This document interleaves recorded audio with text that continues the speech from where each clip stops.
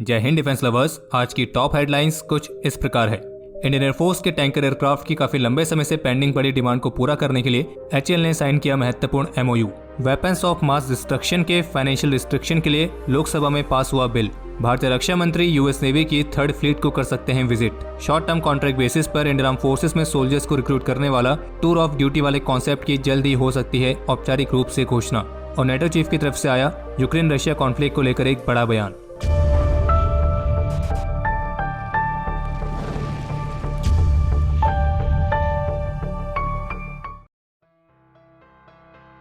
भारत की Hindustan aeronautics limited HAL और Israel की इजराइल एरोस्पेस इंडस्ट्रीज आईएआई, तो इन दोनों कंपनीज के बीच आज एक एमओयू साइन हुआ है और जिसके तहत एचएएल और आईएआई संयुक्त रूप से मिलकर जो सिविल पैसेंजर एयरक्राफ्ट हैं उन्हें इंडियन एयरफोर्स के लिए एक multi mission tanker transport aircraft में कन्वर्ट करेंगे। और इस एग्रीमेंट के तहत जो सिविल पैसेंजर एयरक्राफ्ट कन्वर्ट किए जाने हैं तो ये वो एयरक्राफ्ट हैं जो पहले से एचएएल के पास हैं और अब इन्हें इंडियन एयरफोर्स के रिक्वायरमेंट के अनुसार एयर रिफ्यूलिंग एयरक्राफ्ट में कन्वर्ट किया जाना है। लेकिन ये केवल एयर रिफ्यूलिंग एयरक्राफ्ट के तौर पर इस्तेमाल नहीं होंगे बल्कि इनमें इसके साथ कार्गो और ट्रांसपोर्ट की कैपेबिलिटीज भी शामिल रहेंगी और इसी वजह से इसे नाम दिया गया है multi mission tanker transport aircraft, यानी कि एक ऐसा एयरक्राफ्ट जो एयर रिफ्यूलिंग मिशन के अलावा एक ट्रांसपोर्ट एयरक्राफ्ट की तरह भी इस्तेमाल हो सके। और ऑफिशियल्स का कहना है कि आज जो ये एमओयू साइन हुआ है ये भारत के डिफेंस इकोसिस्टम को नई कैपेबिलिटीज प्रोवाइड करने के साथ साथ इस एयर रिफ्यूलिंग वाले मार्केट के लिए एक कॉस्ट इफेक्टिव सॉल्यूशन भी प्रोवाइड करेगा। और इसमें एक सबसे खास बात यह है कि इस प्लेटफॉर्म को मैन्युफैक्चर करने और उसे मार्केट करने के लिए लोकल रिसोर्सेज को ही इस्तेमाल किया जाना है।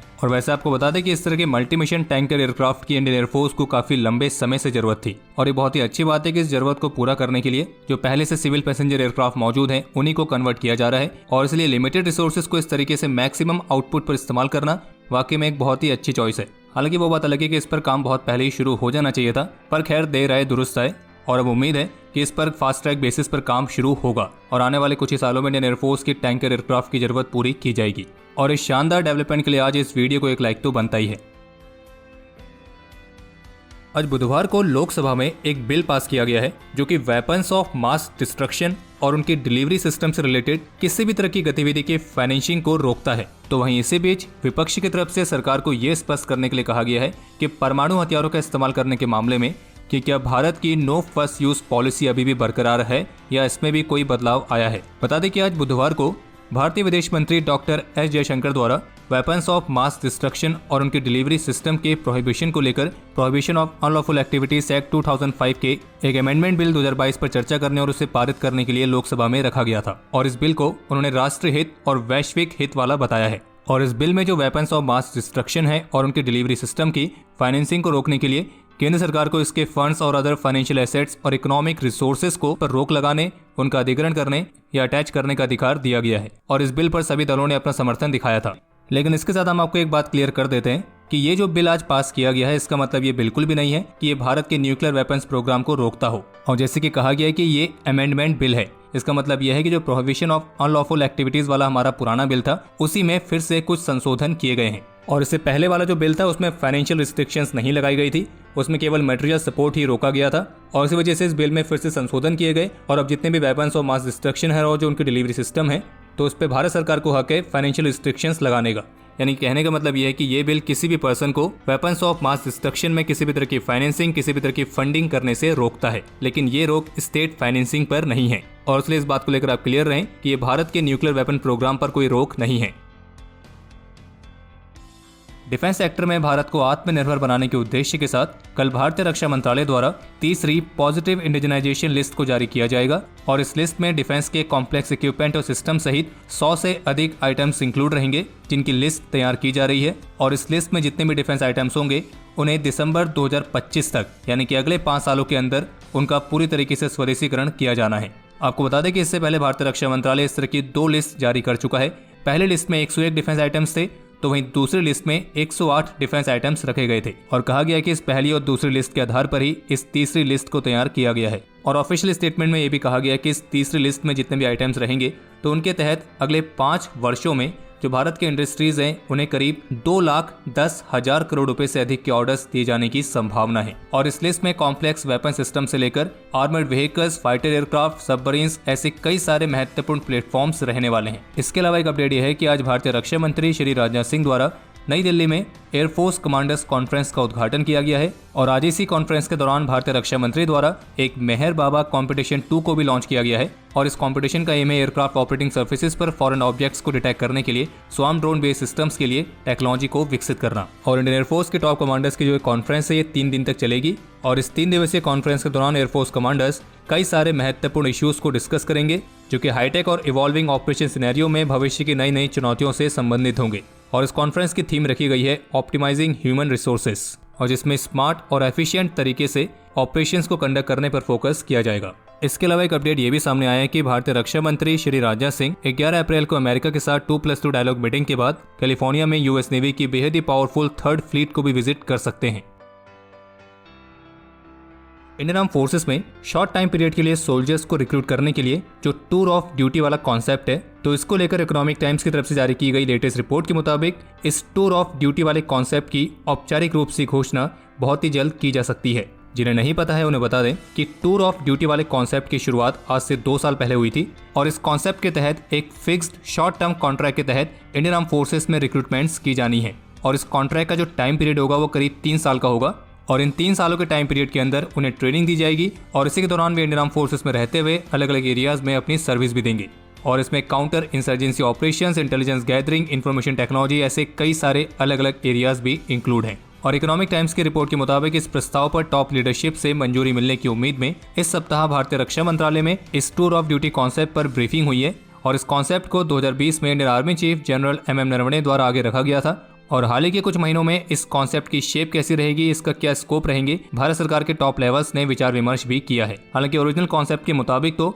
इंडियन आर्म फोर्सेस में सोल्जर्स को रिक्रूट किया जाना है करीब 3 सालों के टाइम पीरियड के लिए और ये जनरल और स्पेशलाइज्ड ड्यूटीज दोनों के लिए होगा। लेकिन इस कॉन्सेप्ट के फाइनल होते होते इसमें कुछ बदलाव भी हो सकते हैं और वो बदलाव किस किस तरह के होंगे तो उसका खुलासा तो तभी होगा जब इसकी घोषणा औपचारिक रूप से होगी। और इसलिए इस पर जो भी अपडेट आएगा, जब भी अपडेट आएगा, हमारे डिफेंस अपडेट के माध्यम से आपको उसकी जानकारी जरूर मिल जाएगी। लेकिन उसके लिए बहुत जरूरी है कि हमारे चैनल को सब्सक्राइब कर लें और हाँ, बेल आइकन को दबाना बिल्कुल भी ना भूलें और अगर आप चाहें तो हमारे टेलीग्राम चैनल से भी जुड़ सकते हैं। इसके अलावा आज बुधवार को CAG ने अपनी रिपोर्ट के माध्यम से इंडियन आर्मी में विमेन SSC ऑफिसर्स की वैकेंसीज को बढ़ाने की तत्काल जरूरत के बारे में कहा है और CAG का मानना है कि जितनी संख्या में विमेन कैंडिडेट्स इंडियन आर्मी को ज्वाइन करना चाहती हैं तो उस हिसाब से उनके लिए जो वैकेंसीज उपलब्ध हैं उसकी संख्या बेहद ही कम है और इसलिए विमेन SSC ऑफिसर्स के लिए इन वैकेंसीज को बढ़ाए जाने की जरूरत है। इसके अलावा कुछ महत्वपूर्ण अपडेट जम्मू कश्मीर से भी सामने आए हैं और इसी के तहत आज जम्मू कश्मीर के अवंतीपुरा में एक एनकाउंटर स्टार्ट होने की रिपोर्ट सामने आई थी और अभी जिससे हमें वीडियो रिकॉर्ड कर रहे हैं तब तक आई रिपोर्ट्स के मुताबिक इस एनकाउंटर में 2 सुअरों को सफलतापूर्वक होरीफाइड कर दिया गया है,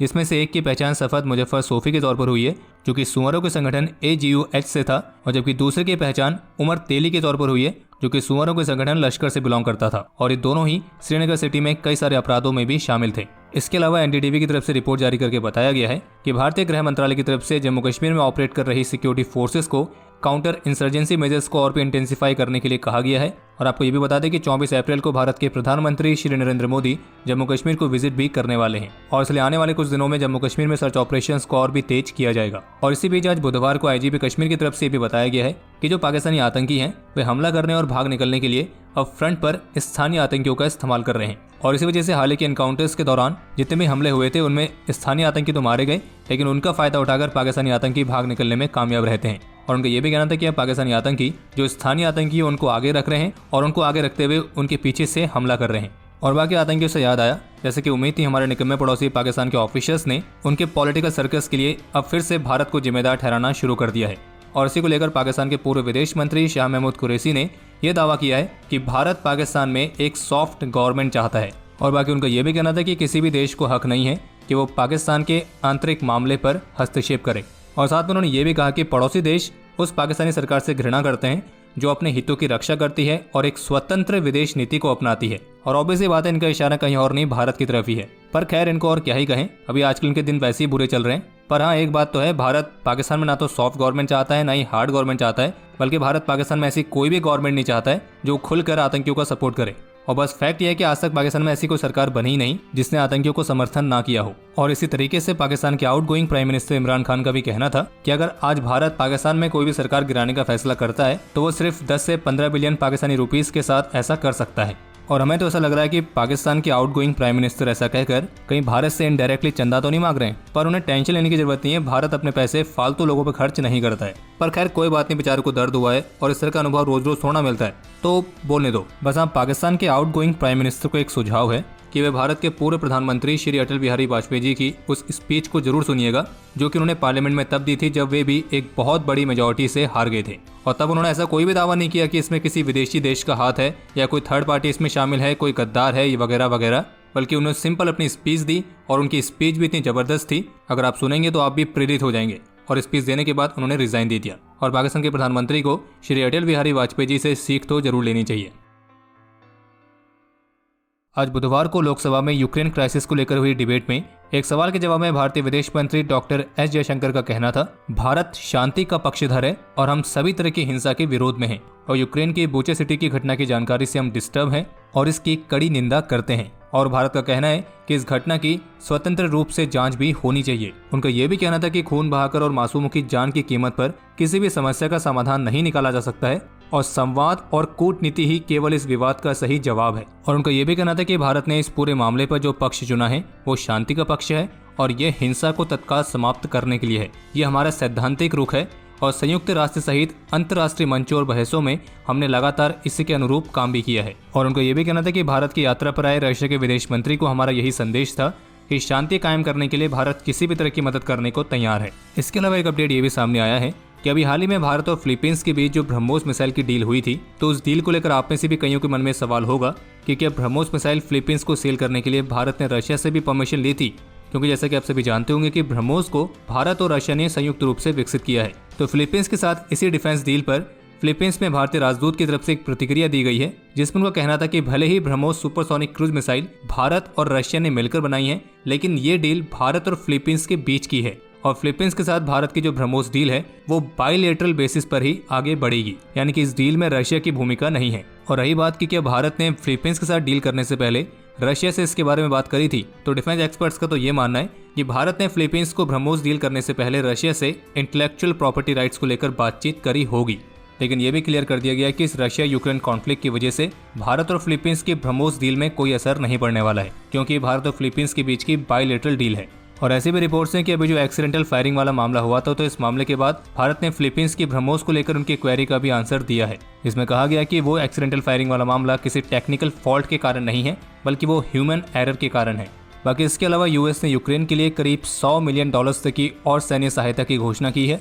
और इसके तहत यूएस यूक्रेन के लिए एडिशनल एंटी आर्मर वेपन्स भेजेगा। इसके अलावा यूएस, यूके और ऑस्ट्रेलिया की तरफ से घोषणा की गई है कि वे अपने ऑकस अलायंस के तहत संयुक्त रूप से मिलकर हाइपरसोनिक मिसाइल्स को विकसित करेंगे। और जिस तरीके से अमेरिका की दो मुख्य एडवर्सरीज, जिसमें से एक है रशिया और दूसरा चाइना, तो ये दोनों ही हाइपरसोनिक टेक्नोलॉजी के मामले में अमेरिका से आगे हैं, तो इस बात की पूरी संभावना है कि इसी को ध्यान में रखकर ही ये फैसला लिया गया है। इसके अलावा नेटो चीफ की तरफ से आज एक बहुत बड़ा बयान दिया गया है, जिसमें उनका ये कहना है कि ऐसे कोई भी संकेत नहीं मिल रहे हैं जिससे ये मालूम पड़ सके कि रशिया के राष्ट्रपति पूरे यूक्रेन को कंट्रोल करने वाले अपने एम्बिशन को ड्रॉप कर देंगे और इसलिए नेटो चीफ के मुताबिक ये युद्ध कई महीनों तक, कई सालों तक चल सकता है। और बाकी अब समय है आज के इतिहास का, तो आपको बता दें कि आज के दिन 2010 में छत्तीसगढ़ में एंटी नक्सल ऑपरेशंस के दौरान छत्तीसगढ़ पुलिस स्काउट के एक और सीआरपीएफ के 76 ब्रेव हार्ट्स ने एंटी नक्सल ऑपरेशंस के दौरान अपने जीवन का सर्वोच्च बलिदान दिया था। और अब समय है आज के टॉप 3 कमेंट्स का, जो ये रहे आपकी स्क्रीन पर।